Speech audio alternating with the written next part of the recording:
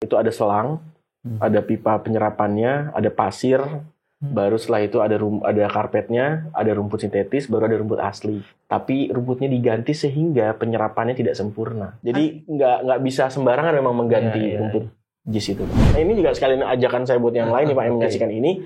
Kalau memang ada yang masih mempermasalahkan masalah DP 0, kita mau ajak tuh ke Pondok Kelapa untuk DP 0. Ntar kita bisa sama-sama pergi sama Usama, Yuk. lihat DP 0%.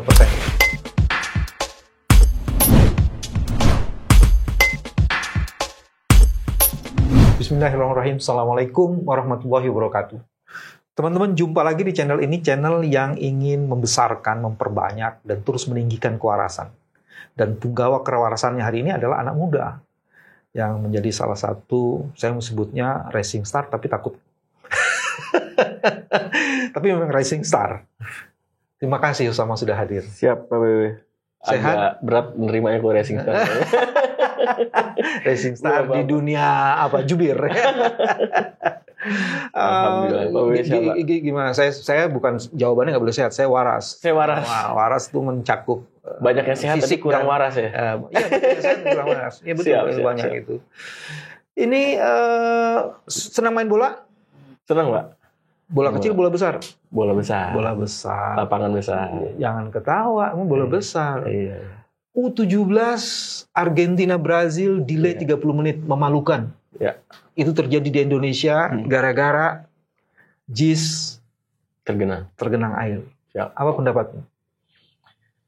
Iya, sepertinya memang Tuhan sedang menunjukkan siapa yang benar dan siapa yang salah saat perdebatan pergantian rumput sebelumnya. Kita kan dihadirkan oleh perdebatan itu di beberapa bulan yang lalu, Pak. Dan akhirnya perdebatan itu dijawab langsung oleh hujan dan membuktikan bahwa memang rumput yang ada saat ini tidak layak dan tidak sesuai dengan kualitas yang seharusnya ada di JIS. Karena faktanya adalah sebelum rumput itu diganti, daya serap dari rumput yang ada di JIS itu sangat baik. Tidak pernah tergenang. Karena itu memang sudah dipikirkan sejak awal, Pak. Kebetulan saya cukup dekat dengan prosesnya pembangunan JIS. Itu bukan karena hujannya aja yang sangat lebat. Bukan.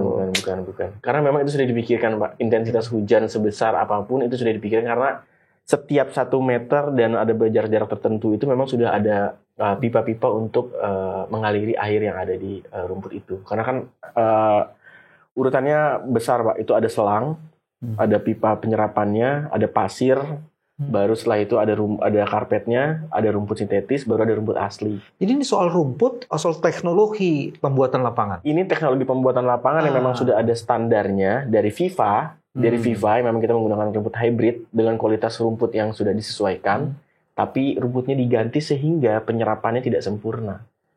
Jadi nggak bisa sembarangan memang mengganti rumput JIS itu, Pak.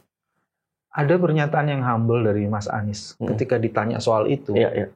Kan kalau jubir ngomongnya begitu, kesempatan. Tapi jawaban Mas Anies itu yang menarik, tanya aja ke FIFA. Iya, betul. Dia tidak ingin menunjuk siapa yang harus bertanggung jawab dan bersalah. Iya. Alam sudah menunjukkan itu. Iya, betul. Tapi menurut saya ada banyak masalah di JIS yang belum dioptimalkan gitu ya.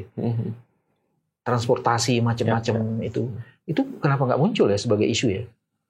Untuk transportasi kita sudah memikirkan itu juga, Pak. Jadi dalam membangun JIS itu memang kita nggak sembarangan karena Mas Anies itu pengen membuat JIS ini stadion nomor 1 di dunia. Jadi transportasi publik sudah kita pikirkan. Yang pertama ada KRL. Kenapa juga menempatkan JIS di situ? Karena memang dekat dengan transportasi publik. Ada KRL, Pak. Nah, di KRL sudah dirancang untuk kita bekerjasama dengan Dinas Perhubungan, dengan Kementerian Perhubungan, supaya KAI mau membuat stasiun khusus JIS. Cuman sayangnya hingga akhir masa jabatan, stasiun khusus JIS itu baru selesai direncana. Karena proses rapat yang berjalan, proses lobbying dan permohonan dan lain-lain, terakhir itu memang sudah ada keluar izinnya tapi nggak berjalan tuh, Pak, untuk KRL, untuk stasiun JIS. Yang kedua, kita juga sudah merancang adanya LRT. Fase 2 LRT itu mengarahnya ujungnya ke JIS, Pak. Dari dari Pulau Mas. Ya. Pulau Mas kan ujungnya dengan terus masuk ke Jakarta Utara ke JIS. Nah, namun di pertengahan perjalanan di akhir-akhir itu memang ada instruksi untuk dibelokkan, tidak ke arah sana. Maksud lu dipaksa dibelokin? Waduh, bisa dibilang seperti itu. Arahan dari atas untuk memang disarankan tidak ke JIS tapi ke arah lain. Dan itu sekarang sudah diketok palunya Pak di masa PJ. Maksudnya diketok terus dibelokin ke JIS atau nggak jadi dibelokin? Nggak jadi ke JIS, dibelokin ke arah yang lain. Sehingga makanya JIS ini sekarang berharap untuk menggunakan Transjakarta yang sudah existing sekarang ada, dan juga masih berharap untuk di KRL. Pintu timur? Pintu timur itu memang sudah direncanakan untuk ada pintu keluar tol. Jadi keluar tol yang di samping JIS itu ada pintu keluar, dan sekarang sudah mulai berjalan itu. Tinggal proses masalah lahan dan aksesnya aja sih. Kalau saya mau simpulin sebenarnya perencanaannya itu sudah matang, well plan. Tapi kemudian di dalam eksekusi ada berbagai hambatan, dan itu di luar kemampuan seorang gubernur kepala daerah yang memang butuh bantuan dari pemerintah pusat. Ya. Termasuk tadi menunjukkan rumputnya yang benar apa nggak benar, perlu bantuan hujan untuk menjelaskan. Benar, betul Pak. Itu untuk pembuktian. Sama kan dulu ikut Mas Anies cukup lama ya di TGPP juga kan. Saya mau ngobrolin soal program anak muda nih. Ya. Karena bagi saya ini sesuatu yang menarik dan itu diperbutkan. Betul. To be honest, mesti bilang banyak calon, bukan banyak, 2 calon yang lain itu juga memperbutkan anak muda. Betul. Sampai ada yang masang anak muda. Ya. Cuman masang kan, apa nih Pak? Ya calonnya sampai anak muda. Calonnya. Gitu. Dipaksain anak muda. Dipaksain, siap. Maksud saya mau bilang dinasti kan? Saya suka bahasanya dipaksain anak muda. Ya. Jadi, terus kan ngomong anak muda kan nggak sekedar ngomong kan, ya, harus kelihatan gitu kan. Betul. Kelihatan. Dan apa sih yang kamu rasakan gitu soal anak muda? Ya. Yang pertama soal anak muda di Mas Anies ini, saya tuh selalu mendorong ke teman-teman untuk kita bisa melihat track record Pak. Anak muda itu bisa setiap calon itu membuat pernyataan visi misi dan lain-lainnya yang memang berbunga-bunga, menyejukkan hati, menyenangkan gitu ya. Tapi kan kita perlu juga bicara soal pembuktian. Sebelum dilanjutin, saya nanti akan jelasin bagaimana anak muda, pemuda, mahasiswa, keadilan, beasiswa dalam visi dan misi masing-masing calon. Saya akan kuliti itu. Itu saya akan jelaskan, tapi kita dengerin dulu sama. Siap. Jadi perlu juga ada track recordnya Pak. Jadi bisa aja semua calon bilang saya akan berikan kompensasi untuk anak muda, tiap bulan saya mau gaji tetap dari tunjangan. Nggak bisa aja semua itu terjadi.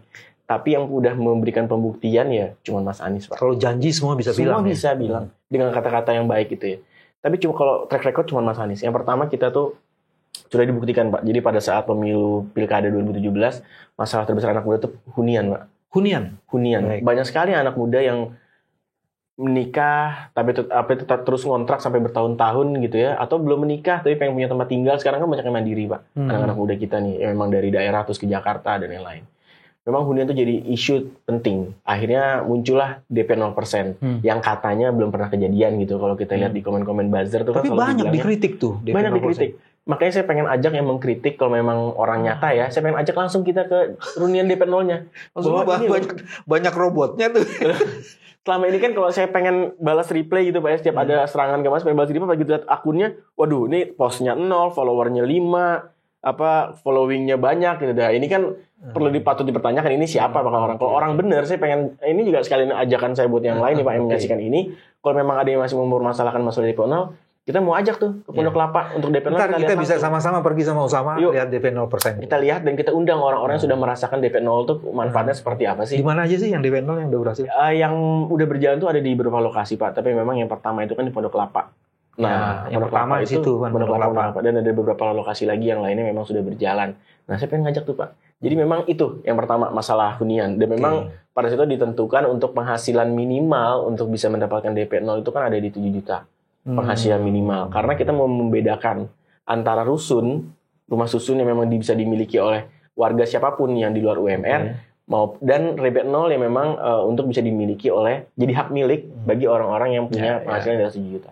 Itu yang pertama Pak, masalah hunian itu sangat penting. Apalagi juga sekarang anak-anak muda punya concern sandwich generation. Sandwich generation ini satu-satunya paslon yang peduli dengan anak muda dan ada kalimat sandwich generation cuman Anies Baswedan Pak. Jadi sandwich generation ini kan ya dia bekerja. Sandwich generation diperhatikan secara khusus di dalam visi dan misi calon. Itu kita pikirkan itu Pak. Makanya kita statement itu jelas di visi misi. Kenapa? Karena memang kita merasakan juga hal itu, Pak. Bahwa anak muda sekarang banyak sekali yang udah mulai kerja, dia harus menghidupkan dirinya, harus juga menghidupkan, membantu orang tuanya. Dan akhirnya, ini bukan masalah sekedar visi misi, tapi sudah pembuktian. Kita buktikan pada saat itu di DKI Jakarta, Pak, dengan mengurangi beban biaya hidup setiap orang yang butuh bantuan di Jakarta. Contoh, misalnya buruh yang penghasilannya masih UMR. Bagaimana cara Pak Anies membantu mereka, Pak? Dan membantu juga anak-anaknya. Yang pertama, kita berikan kan transportasi publik gratis dengan kartu buruh. Yang kedua, setiap anak buruh dapat KJP. Yang ketiga, setiap buruh mendapatkan kartu untuk mendapatkan bahan pokok yang murah, diskon dan subsidi dari pemerintah Pemprov DKI Jakarta. Di food station ya? Di food station. Bukan food estate ya, agak beda. Aduh, nanti kita lanjutin menarik. Food estate. Food station ya. Itu menarik lagi tuh, Pak. Itu juga concern anak muda terhadap lingkungan. Saya juga mau bicara itu nanti. Nah, jadi biaya hidupnya memang dikecilkan, Pak. Selain juga standar penghasilannya ditingkatkan. Nah, jadi itu memang kita mau dorong sehingga anak-anak muda, orang tuanya punya penghasilannya yang memang biaya hidupnya dikecilkan, penghasilan juga ditingkatkan, anak muda bisa lebih bebas lagi dan bisa keluar dan dari jerat-jerat sandwich generation misalnya, ataupun nanti misalnya orang tuanya sudah pensiun dan anak muda harus menanggung hidup orang tuanya, setidaknya penghasilan mereka dan beban hidup mereka ini udah bisa ditanggulangi dan bisa dikecilkan oleh negara. Nah, kalau di DKI Jakarta aja bisa melakukan itu, artinya ini skalanya dibesarkan, itu mudah sekali, Pak. Dengan biaya hidup yang ditanggung oleh negara dan kemudahan untuk punya rumah. Kita punya program namanya Keluarga Punya Rumah, KPR. Selama ini kan KPR itu anak muda sulit, Pak. Banyak sekali sektor-sektor non-formal yang nggak bisa dapat akses KPR. Jadi anak-anak muda kayak misalnya ada yang bekerja sebagai YouTuber. YouTuber itu kalau mau dapat kredit KPR susah, Pak. Karena dia nggak kerja di mana-mana. Nggak ada legal formilnya. Mengkonfirmasi pekerjaannya gitu ya? Yes. Penghasilannya berapa? Kan nggak ada payroll-nya misalnya. Misalnya dia mau pakai penghasilan transfer dari YouTube. Ya mungkin itu bisa. Tapi yang lain-lain, Pak, bekerja kreatif, nggak bisa, Pak. Dan itu nggak pernah dipikirkan oleh negara. Dan hari ini kita mau concern terhadap hal itu. Jadi Menteri Perumahan pada saat itu diskriminasi terhadap pekerjaan-pekerjaan anak muda yang payroll-nya nggak ada. Yes, pekerjaan non formal seperti itu, Pak. Pekerjaan-pekerjaan kreatif ya. Iya. Dan itu bank itu sekarang itu diberikan aturan hanya orang-orang yang ada di sana, misalnya. Sebagian besar seperti itu. Nah, pemerintah pusat ini bertanggung jawab untuk bisa memikirkan itu dan mengambil statement bahwa bank harus bisa mempunyai legalitas, harus punya legacy yang bisa menerima hal-hal seperti itu. Jadi sehingga anak-anak muda punya rumah. Jadi bank yang memikirkan payroll anak muda itu hanya Bang Anies ya. Bisa. Ini ada nih, Anies saking susahnya urus KPR, kepanjangan KPR jadi kapan? Udah lu pergi ke Bang Anies. Itu dia, Pak. Makanya hal seperti itu memang kita mau. Ada satu lagi yang menurut saya paling menarik ya. Era sekarang kan oleh era sinergitas ya. Terus kemudian di masa periodenya Mas Anies tuh ada yang disebut dengan kreatif kolaboratif gitu ya. Jadi Jakarta kolaborasi. Dan itu kan sebagian besar tuh anak-anak kreatif. Betul. Yang terdiri dari sebagian besarnya tuh anak-anak muda. Betul, Pak. Betul sekali. Bapak mungkin tahu sendiri TGOPP itu mayoritas anak-anak muda. Kemarin pada saat di Pemprov DKI. Dan logo Plus Jakarta dan program City Branding dieksekusi oleh anak muda. Dan Bapak tahu sendiri juga Jack Linko, desain transportasi publik se-DKI Jakarta itu didesain oleh anak muda yang baru pulang dari luar negeri, memang ahli transportasi dia, datang ke Jakarta menawarkan ke Mas Anies. Mas Anies dengan baik, dengan tangan terbuka menyambut. Ini kota kolaborasi, kita Pemprov DKI bukan orang yang paling tahu tentang peta transportasi. Kamu tolong bantu. Dan akhirnya Pemprov DKI nggak bayar tuh, Pak. Maksudnya ini kontribusi dia untuk negara. Dia udah keluar kuliah di luar negeri, menguasai hal itu, dan dia gambarin. Tanpa kita minta, Pak. Dia datang-datang dia bawa itu. Pak, ini yang udah kita buatkan. Ini kontribusi kita, tolong terima. Akhirnya kita tarik itu, Pak. Ditarik oleh Mas Anies. Karena anak muda yang sekolah di luar negeri itu memang dia dimudahkan dengan transportasi. Betul. Sistem transportasi kalau pergi ke Jepang, ke Belanda, ke Eropa, dengan bawa peta gitu aja bisa kemana-mana itu. Yang pengalaman. Nah kalau pergi ke Jakarta bawa peta, nggak jelas itu. Betul. Jadi kolaborasi itu identik dengan anak muda, dengan kreativitas, dan itu diakomodasi. Itu diakomodir. Semuanya diakomodir dengan hal itu. Dan sekarang akhirnya kalau Pak juga ini masuk lagi ke masalah tadi yang mau ditawarkan. KJMU Pak. Kartu Jakarta Mahasiswa Unggul waktu itu. Itu zaman Mas Anies per semester 7-9 juta. Per semester. Untuk anak-anak Jakarta yang mau kuliah di universitas negeri se-Indonesia. Ada daftar kuliahnya itu. Dia boleh kemana aja asal penduduk Jakarta. Penduduk Jakarta dia mendapatkan fasilitas itu, beasiswa. Gue nggak kebayang kalau jadi presiden Indonesia tuh apa? Kita bisa besarkan itu Pak, uangnya ada, dananya besar. Cuman alokasi dananya ini kadang-kadang nggak berpihak kepada pendidikan. Alokasi anggarannya nggak berpihak kepada keadilan gitu. Ini yang memang praktek-praktek keadilan yang harus nanti kita lacak kayak gitu-gitu. Ini ngomongin JIS, ngomongin JIS ternyata udah ada janji nih. Bukan hanya janji. Mas Anies sudah memamerkan desain stadion Mato Angin. Betul. 40.000 penonton ke supporter PSM. Ya. Gila nih. Ini artinya belum jadi presiden tapi sudah menawarkan itu. Betul. Jadi ini juga bentuk dari kolaborasi. Desain ini bukan Mas Anies yang desain. Mas Anies hanya memberikan evidence, arahannya bahwa kita harus bangun yang kapasitasnya sesuai dengan lahan, yang bisa mengakses transportasi publik. Coba lihat lagi ya tadi kan, Mato Angin.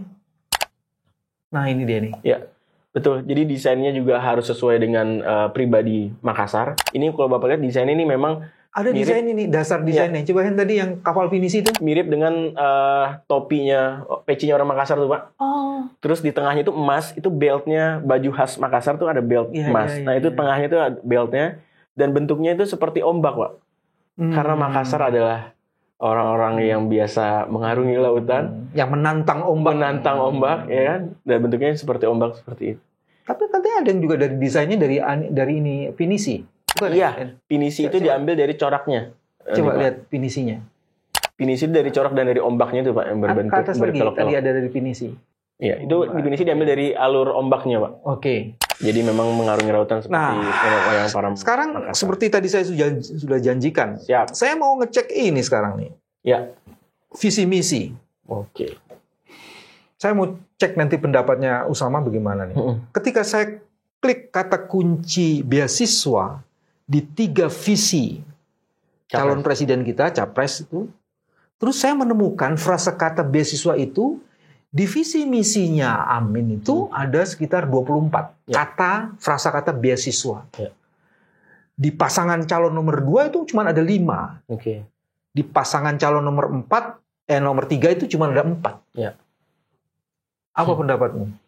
Ya, ini Pak, balik lagi bahwa pasangan Amin ini adalah pasangan yang serius. Kita dalam membuat visi misi itu Pak, kita mengambil juga aspirasi dari anak muda.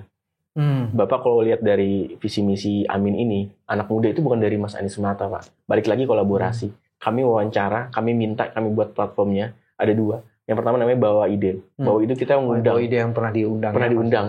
Itu adalah gagasan anak-anak muda se-Indonesia, perwakilan dari tiap provinsi kami undang. Kira-kira di daerah kamu tuh maunya apa sih untuk Indonesia ke depan?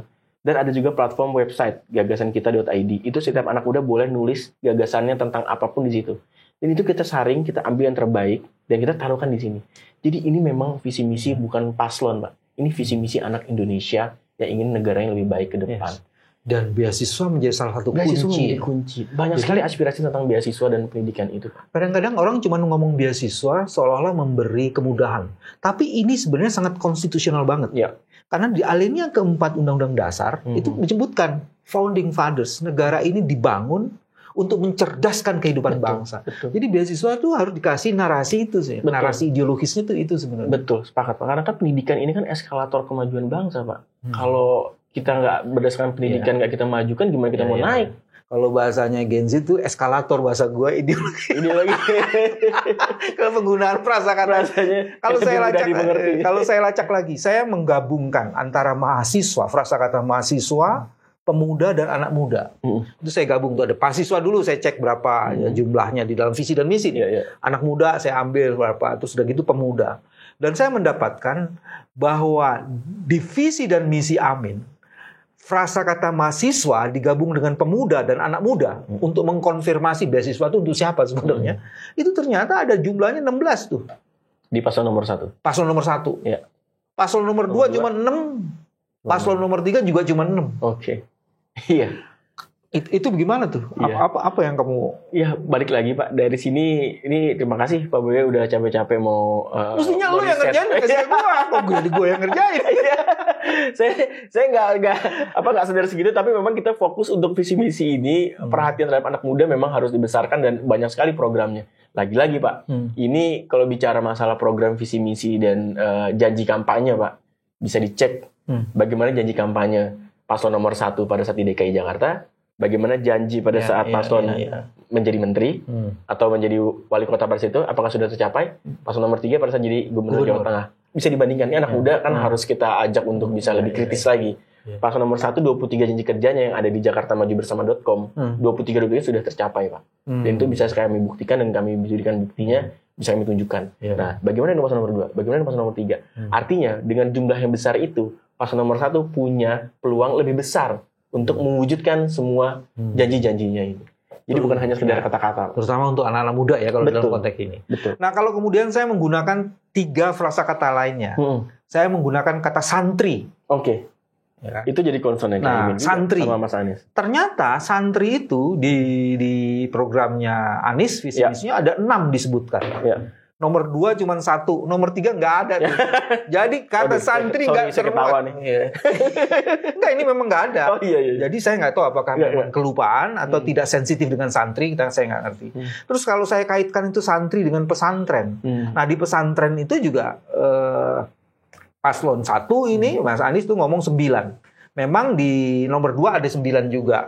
Dan di nomor 3 ada 1. Tapi kalau saya kaitkan itu dengan pelajar, jadi ada pelajar, ada santri, dan ada pesantren. Di pelajar itu yang ngomong soal pelajar, 7 biji itu, frasakata 7 itu hanya di Mas Anies. Yang lainnya nggak ada ngomong pelajar. Balik lagi Pak, ini bukan visi misi kami. Ini visi misi yang diinginkan oleh anak-anak muda di Indonesia. Memang dan santri adalah jadi concernnya Caimin dan Mas Anies sebagai mantan santri ya. Dan Mas Anies menarik sekali Pak. Mas Anies Caimin tuh kalau ke pesantren, kita kan sering keluar masuk pesantren.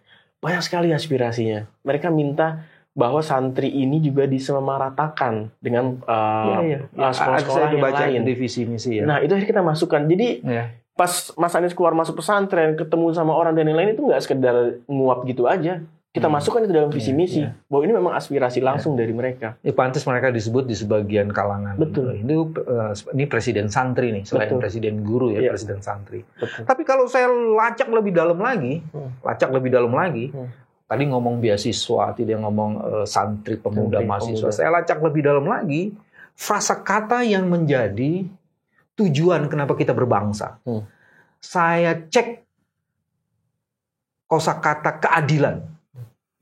Dan saya juga cek kosakata kesejahteraan. Ini hasilnya ngeri nih, Bos. Aduh. Gimana tuh, Pak? Ungkapkan, Pak. Buka semua. Kita bongkar lah, Pak. Saya kalau bicara keadilan pede nih. Di frasakata keadilan di visi dan misi yang dirumuskan oleh Mas Anies itu 54, Bos. Keadilan disebut berulang kali dan jumlahnya 54.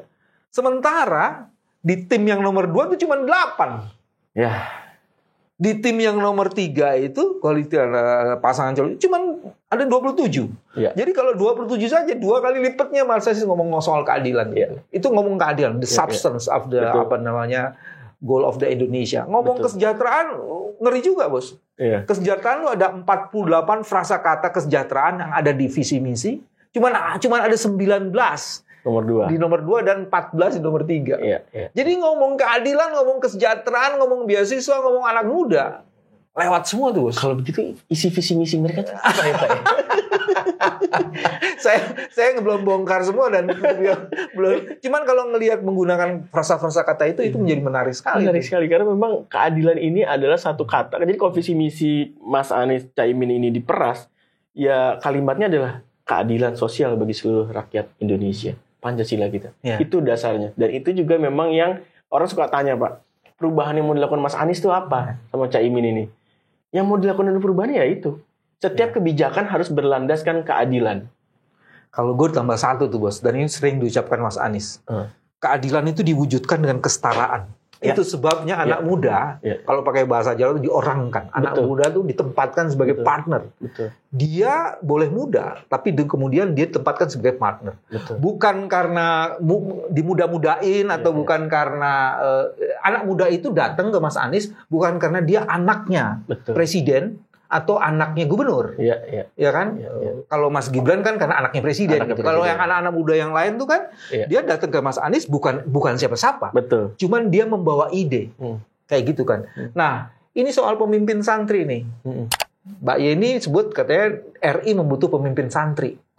Bagaimana mau ngomong pemimpin santri, visi dan misinya nggak ada santrinya, nggak disebut santri itu. Aduh, gimana ya? Kita mesti tanya sama Mbak Yeni nanti. Iya, mungkin Mbak Yeni bisa ngasih masuk. Jadi Mbak Yeni bilang RI butuh pemimpin santri. Terus kemudian mereka mendorong pasangan calon nomor 3. Tapi begitu kita periksa gitu kan soal santri itu, soal santri itu nggak disebut, nggak disebut. 0 Pak. 1 kali ada Pak. Yang 1 itu yang nomor 2. Oh enggak, 1 juga nggak ada. Benar-benar 0. Yang nomor 1. Nggak usah nomor 3 nih paslonnya Mbak Yeni 0. Oke. Mungkin maksudnya Mbak Yeni itu ke Amin dan itu kali ya. Itu mungkin salah kali. Mungkin ya, tapi nanti kita cek. Kita undang Mbak Yeni nanti konfirmasi. Nah, cuman ada soal gini nih. Yang tadi kita sebut anak muda yang mempunyai narasi, anak muda yang kreatif, itu jumlahnya cuma 15%, Bos. Iya, Pak. Betul, Pak. Yang mager tuh masih 65% itu. Itulah. Sementara anak muda mager senangnya gemoy gitu. Joget-joget ya. Dan gimana itu jadi gitu? Pak, ini tuh memang fakta yang tidak bisa kita pungkiri sebagai anak bangsa bahwa itu menjadi masalah kita. Yang pertama, daya baca atau minat baca kita itu rendah, Pak. Itu menjadi fakta yang harus kita hadapi dan harus kita selesaikan ke depan. Bukan hanya serendah, Bos, paling rendah sedunia. Dari 69 cuma 67 kita rankingnya. Nah, itu jadi masalah, Pak. Makanya sekarang kalau di medsos itu lebih laku video 1 menit dan singkat 1 menitan. Itu yang lebih banyak dikonsumsi oleh anak-anak muda sekarang. Makanya itu TikTok laku, Reels lebih laku juga. Dan itu yang jadi akhirnya mendorong kita untuk bisa banyak terlibat di sana untuk bisa menyampaikan visi misi kita. Dan tapi bukan atraksi, Pak, bukan atraksi joget-joget atau jualan-jualan yang lucu-lucuan gitu. Enggak, tapi kita memang ingin fokus untuk menyadarkan bahwa ayo dong anak-anak muda, ini pesta demokrasi kita loh. Di pesta demokrasi ini kita harus meningkatkan literasi, daya kritis, dan juga untuk menentukan siapa yang harus kita pilih. Bukan apa yang menarik bagi anak muda sekedar enak dipandang mata. Banyak yang kemasannya baik, tapi isinya belum tentu baik.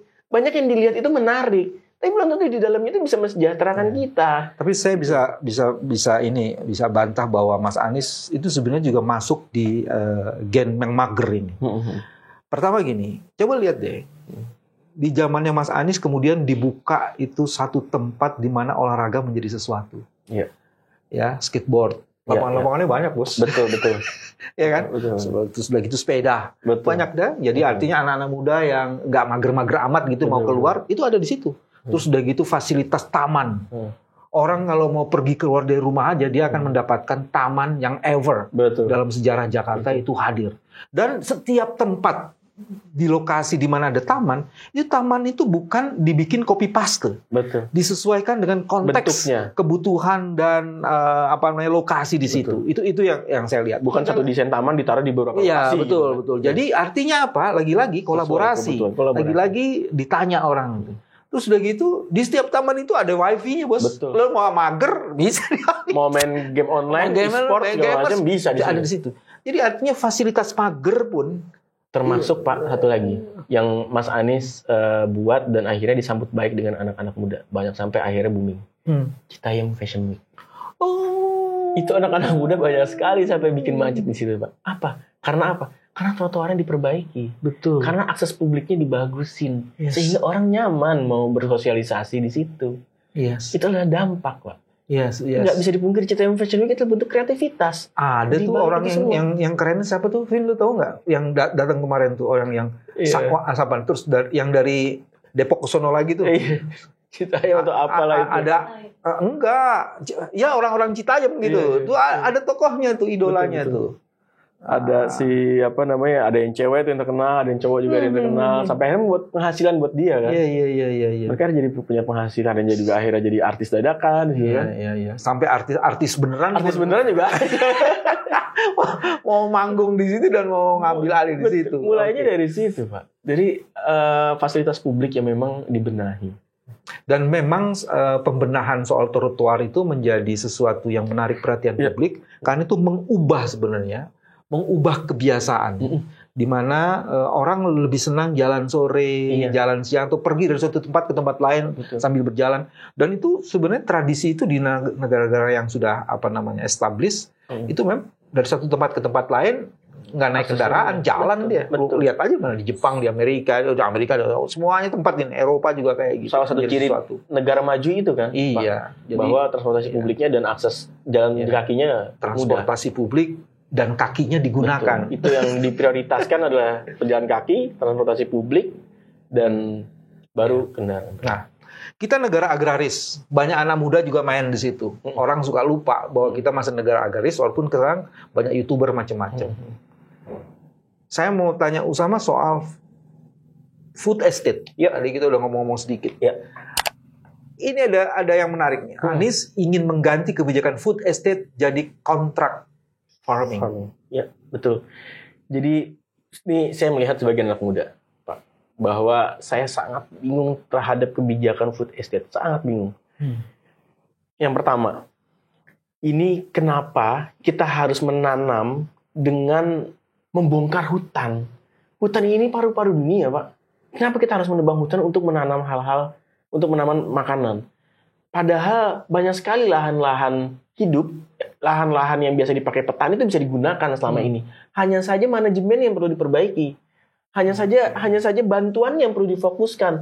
Pupuknya harus dipermudah, harganya juga pupuknya harus diperbaiki. Rantai pasok pangannya dari petani sampai ke rumah-rumah juga harus diperbaiki. Itu juga yang dilakukan sama Mas Anies. Makanya kita bisa bekerja sama dengan petani dan akhirnya bisa memangkas praktek-praktek jelek yang selama ini berlangsung. Ini kenapa seperti itu? Masalah lingkungan, Mak. Saya sangat terenyuh. Ada foto orang hutan yang kehilangan rumahnya karena rumahnya dibabat habis untuk kepentingan kita. Ini masalah lingkungan hidup. Dan itu melalui program food estate.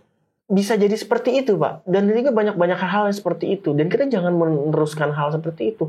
Tolong wariskan Indonesia, alam yang lebih baik kepada kami, bukan alam yang sudah rusak untuk kepentingan kita semua. Makanya Mas Anies di bidang food estate ini ingin mengembalikan untuk masalah pangan ini dikembalikan ke petani. Justru petaninya harus kita perhatikan. Dan yang kedua, masalah riset, Pak. Dalam membuat kebijakan food estate, apakah nggak ada riset ya? Saya tuh bingung sekali. Kita banyak kok petani, banyak kok jurusan-jurusan pertanian gitu. Banyak ahli-ahli pertanian di Indonesia ini. Kenapa nanam singkong bisa gagal? Kenapa nanam ubi bisa gagal? Nggak gagal, bentuknya dari yang segini menjadi segini gitu loh, nggak gagal. kita jangan sampai kalah sama Bangkok gitu loh, Pak. Yang udah berhasil dalam hal itu.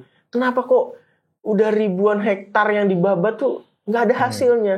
Pak, berapa triliun yang sudah dihabiskan untuk proyek ini? Dan kemana itu menguap? Ada yang menarik gini, Mas Anies nggak punya hutan, tapi dia bisa menjaga pasokan pangan. Ya. Karena dia kerjasama dengan Pemda lain, menggunakan kontrak farming, memastikan bahwa hasil petani itu pasti dibeli. Dan kemudian itu dikirim ke Jakarta. Dan memotong proses tengkulak. Yes. Jadi supply chains-nya itu diperbaiki. Dia langsung kepada ini. Dan itu melalui bukan food estate tapi food station. Kalau di Jakarta, food station. Sama-sama food. Betul. Ya. Akhirnya dengan kita memotong rantai pasok itu, tengkulak itu nggak dapat penghasilan, Pak. Karena ini yang jadi permasalahan saat ini. Tengkulak itu mengatur harga. Dengan proses seperti itu, akhirnya petani bisa dapat harga yang lebih tinggi, pembeli di Jakarta dapat harga yang lebih rendah. Karena keuntungan tengkulak yang di tengah ini sudah kita buang, kita cut ini. Jadi kita langsung beli ke sana. Dan saya setuju sama Usama, food estate itu menyebabkan proses perusakan lingkungan, climate change-nya itu menjadi tambah lebih hancur. cepat, betul. Dan yang lebih jauh lagi sebenarnya ethical environment-nya itu nggak ada. Bagaimana pemimpin itu kemudian menghilangkan isu environment etik gitu ya. Itu kalau pakai bahasa Rocky itu, waduh, itu kacau itu. Pantas dia jadi pimpinan kalau seperti itu. Dan yang ketiga yang orang jarang mau sebut, tapi ini harus disebut. Dalam food estate itu dugaan tindak pidana korupsinya tuh dahsyat banget. Nah, korupsi dan nepotisme, Pak. Iya. Siapa yang mengeksekusi itu? Perusahaannya namanya apa? Siapa orang-orang yang ada dalam perusahaan itu? Itu perlu kita kaji lebih dalam, Pak. Nggak bisa dibocorin halus, nggak bisa. Nah, itu mungkin PR buat teman-teman semua, Pak, yang menyaksikan, Pak. Dan banyak kok datanya di internet itu bisa Dan dicek. yang paling menyakitkan, dia mendelegitimasi eksistensi dari petani. Iya, Karena dia menggunakan corporate, betul. bukan komunitas-komunitas petani. Jadi food estate itu adalah lawannya petani sebenarnya. Betul. Harusnya petani bisa punya peluang itu untuk bisa menghidupkan dan menangkap. Padahal ada yang ketua HKTI. Kita nggak usah terusin begitu. Waduh, bener juga sih, baru sadar itu. Ketua HKTI bikin food estate gagal. Dan itu against dari kepentingan Against dari petani. Ini gimana kita mau mempercayakan bangsa dan negara ini ke person yang seperti itu, Pak? Kita akan lanjutkan lagi. Terima kasih. Sampai di sini dulu. Sampai jumpa. Wassalamualaikum warahmatullahi wabarakatuh. Waalaikumsalam warahmatullahi wabarakatuh.